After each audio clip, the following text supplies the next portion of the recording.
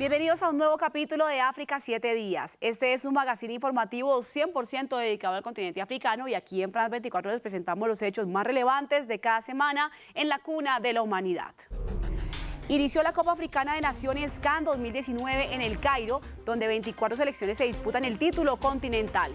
En el primer partido, Egipto le ganó a Zimbabue y Madagascar participa en el torneo por primera vez.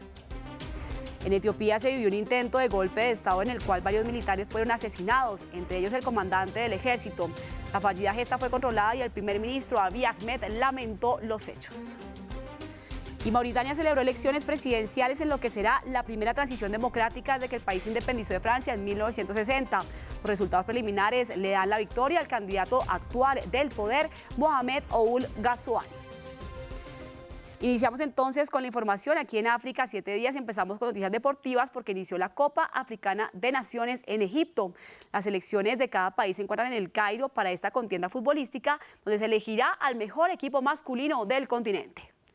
Tras una gran inauguración en el Estadio Intercontinental del Cairo, teñido de rojo, Egipto comenzó pisando fuerte en la Copa Africana de Naciones al vencer a Zimbabue 1-0 con gol de Trezeguet y una buena presentación de la figura egipcia Mohamed Salah.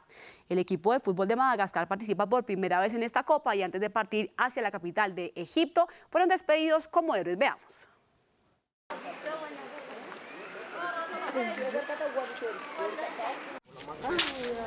Deambula por las calles en chanclas y muy tranquilo. Bayo, de 23 años, es uno de los integrantes de la selección malgache que participa por primera vez en la Copa Africana de Naciones. El jugador creció entrenando en estos callejones. En mi entrenamiento individual, aquí es donde hago mis ejercicios. Salgo de casa y voy muy lejos hasta donde encuentro una subida y es ahí donde me detengo. Hago esto para tener la potencia y la energía óptima. Desde que los Bareas de Madagascar se clasificaron para la CAN por primera vez en su historia, Bayo se ha convertido en una estrella en el vecindario. No se ríe, pero es sencillo desde siempre. Bayo lleva el fútbol en la sangre. Su padre era futbolista, pero nunca pudo unirse a la selección nacional.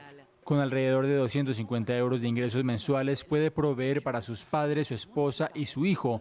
Lejos de la vida de una estrella, lo que cuenta para él es el rendimiento en el campo.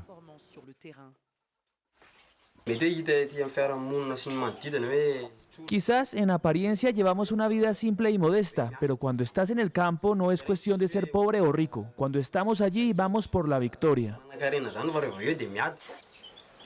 Su familia no tiene los recursos para ir a Egipto, pero verán todos los partidos en este viejo televisor. Acompañamos a Bayo y al resto del equipo a su reunión con el presidente de la República. Los Bareas le pidieron ayuda financiera. La respuesta del presidente fue un cheque de 175.000 euros para que puedan comer y quedarse en Egipto adecuadamente. El famoso sacerdote argentino Padre Pedro, aficionado al fútbol, se puso su camiseta para la ocasión. Él está orando por el equipo.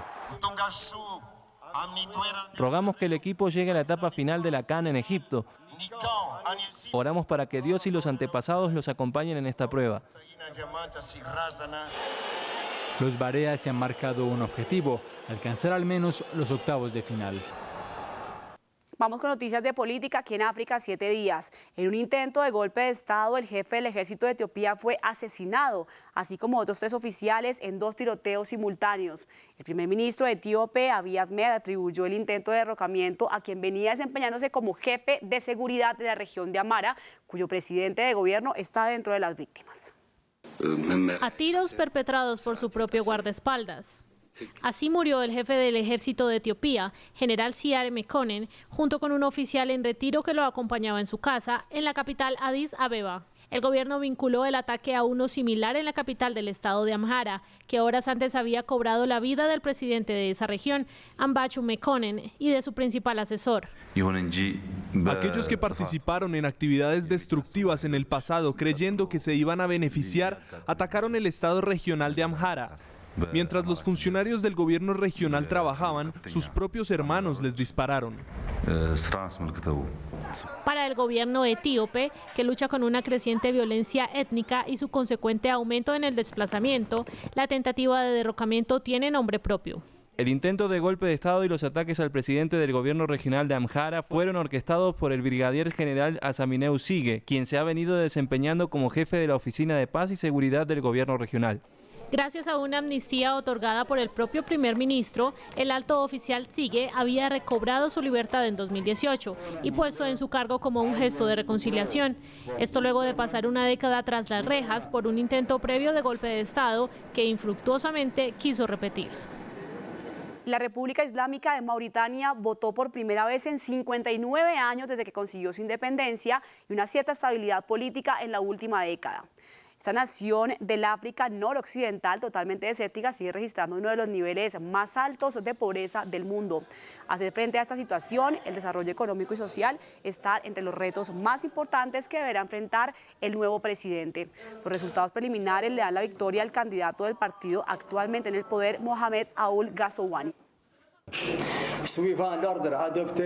Siguiendo las órdenes del Consejo Constitucional, el resultado de los candidatos es el siguiente.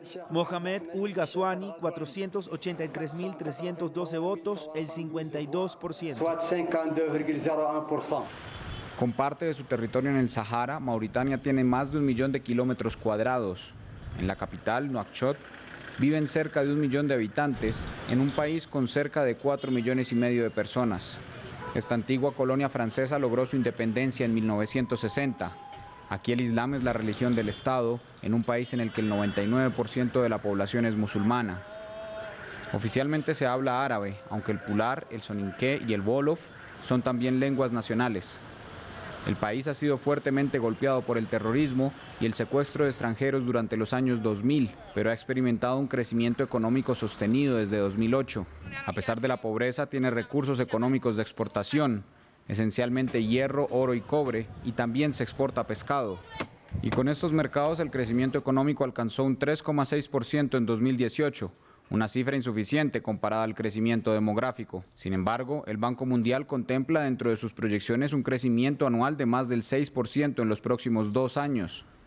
Hoy, el 31% de la población vive por debajo de la línea de pobreza.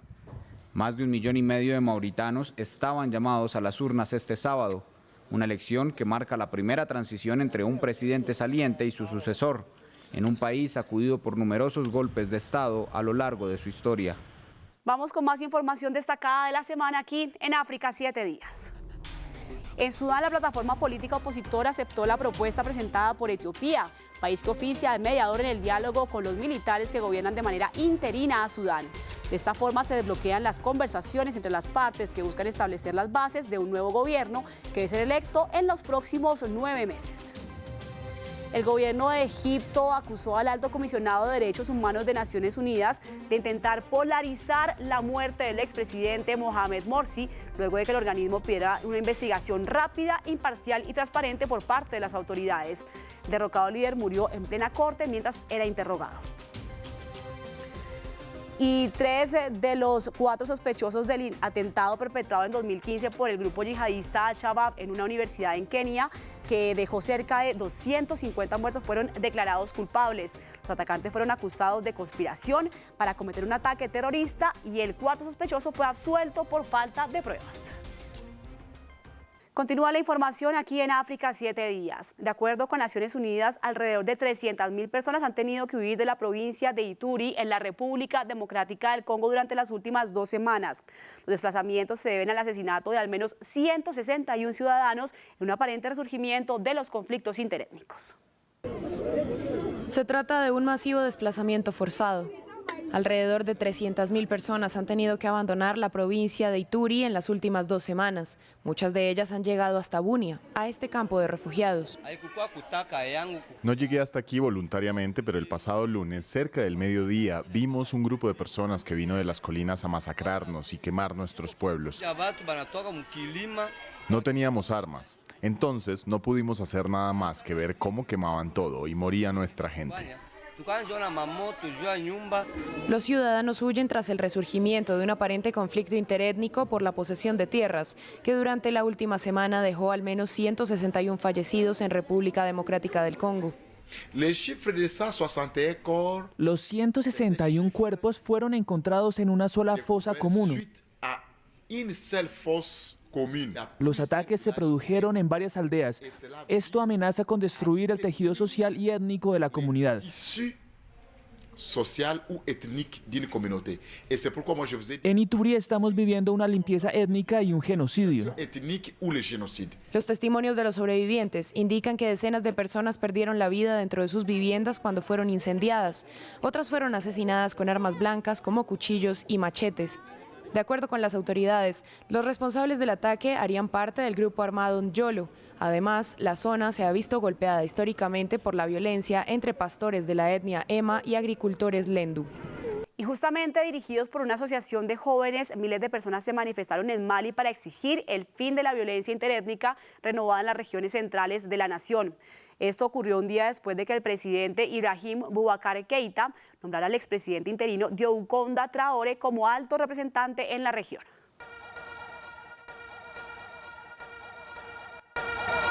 Si la violencia étnica continúa, no quedará vida en el centro de Mali. En torno a este mensaje, unas 3.000 personas salieron a las calles de Bamako para exigir el fin del ciclo vicioso de ataques principalmente entre los grupos étnicos Dogon y Peul. En Mali los dogones son una minoría. Si no tenemos cuidado, corremos el riesgo de exterminar a la gente dogón. Ya es suficiente, es hora de que se detenga. Ha habido suficiente derramamiento de sangre. En los últimos meses, los brotes de violencia entre los Peul, principalmente ganaderos, y la minoría Dogon, agricultores tradicionalmente sedentarios, han aumentado. Dogon y Peul tienen los mismos padres y madres. ¿Por qué no podemos dialogar? ¿Por qué el Estado no establece una comisión para dialogar con esta población y les pregunta qué está mal? Creo que es el gobierno el que no está asumiendo la responsabilidad porque él tiene la culpa y está totalmente ausente. A mediados de junio, al menos 2 ataques a aldeas étnicas de los Dogon dejaron casi 40 muertos.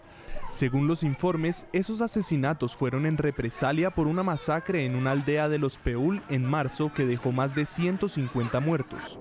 La actividad extremista en Mali solo ha agregado más combustible al fuego y se ha acusado a los jóvenes de colaborar con grupos yihadistas. Se espera que el próximo jueves el Consejo de Seguridad de las Naciones Unidas decida si extiende o no su misión de mantenimiento de la paz en Mali.